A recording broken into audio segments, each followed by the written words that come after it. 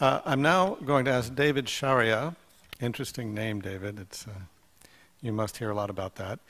The representative from the UN Counterterrorism Committee Executive Directorate to come up.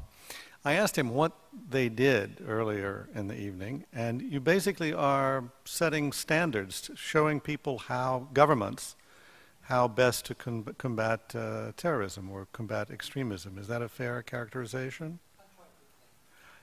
Good. You try to explain. Thank you very much.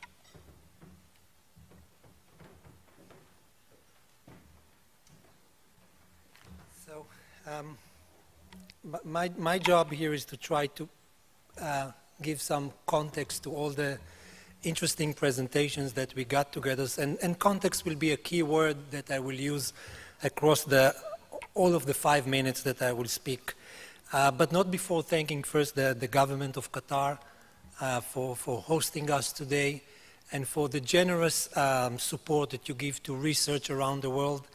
I know you give much, we learned that we give much support to the ICSVE, but we also know that through the Qatar Foundation, through research institutes in Qatar, much of cutting-edge work in counter-violent extremism is being done. You know, you're going to host in 1 month a big conference of researchers and policymakers from around the world to discuss this topic, and I will be very, very happy to go there, and it will be the first time for me to go to Qatar, so I'm very excited about that. Thank you also, Anne, for inviting CITED to come. And a few words about CITED. It's a small body, but with a long name and complex mission. What we are tasked to do is several things. First one is to assess how member states deal with counterterrorism, how their capacity is, how they implement the relevant Security Council resolutions. But more importantly, for the context of our conversations, CITED was tasked under the guidance of the Security Council Counterterrorism Committee to support the work of the global community in developing counter-messaging. And a key resolution in this was adopted last year. You don't need the numbers. And that paved the way for CITED much deeper engagement in this topic. In a later resolution, the Council asked us not just to do that, but also to expand our work with the research community.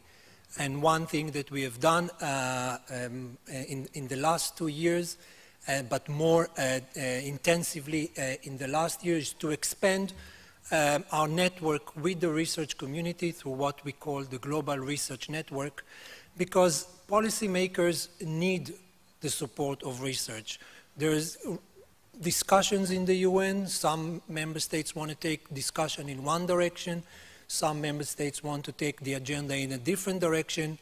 And it's very important, regardless of the direction they take, that they are faced and met with what research community thinks is the way to go. And we are very thankful to all the research institutions that are present here. There are a few of them that I can recognize, but to the many more that provide such an important research on the complex theme of counter-messaging. I want to start with what Muhammad concluded, and what I'll try to do is to bring the 4 presentations in some way together. And he started by saying this is a global phenomena. And I think what we have seen through all the presentations, that it is indeed a global phenomena, from Somali Americans in the US to people in Kenya, to people in the Middle East. Everywhere we can see people so easily being attracted to this violent extremism. And when we think of global challenges, the tendency is to think about global solutions. But one of the things that we have seen quite clearly here is that global solutions for counter-messaging would not work. We tend very often to use the metaphor of violent extremism as cancer. And if I may use this metaphor once again and take it one step further, you probably know that today, when thinking about medication to cancer one of the key elements, one of the key innovations is what is called immunotherapy.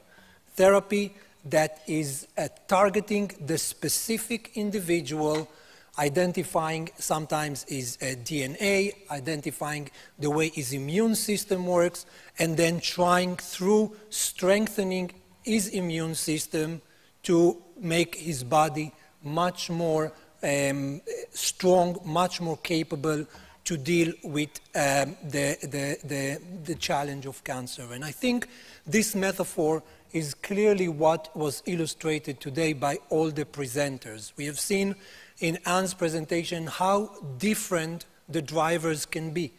For one person, it could be a humiliation that he suffered. For another, it would be something of geopolitical nature. For other, it could be a family situation. The gender dimension that Natasha mentioned could also have an impact.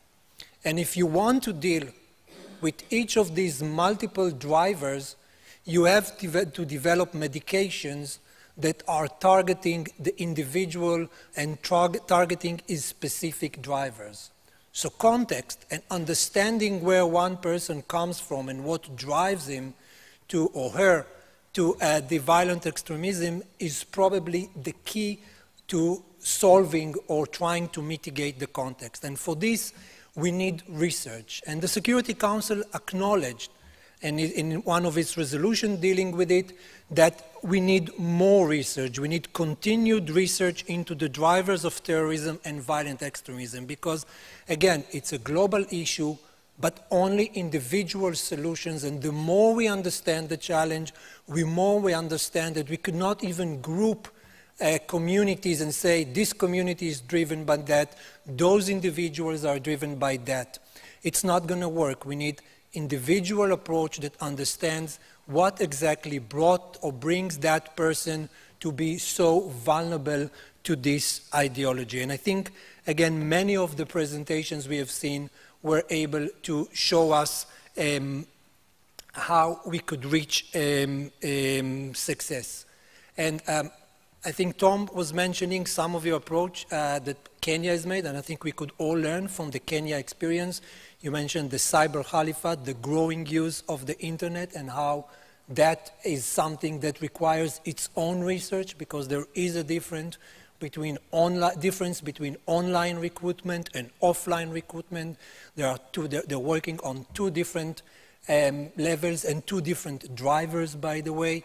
For some, the offline recruitment is based on social and networks and friendship and a kind of camaraderie that drives people to go to this direction.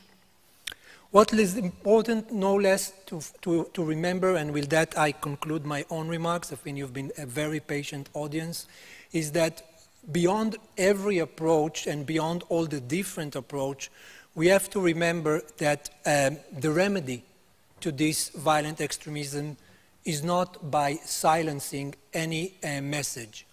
If we want to deal and to confront the ideology, we have to develop our own message. And I think there is a very famous saying, which I would use with your permission, and I think it's still very relevant to the concept of counter-messaging, is that the remedy to be applied for hate is more speech, not enforced silence. Thank you.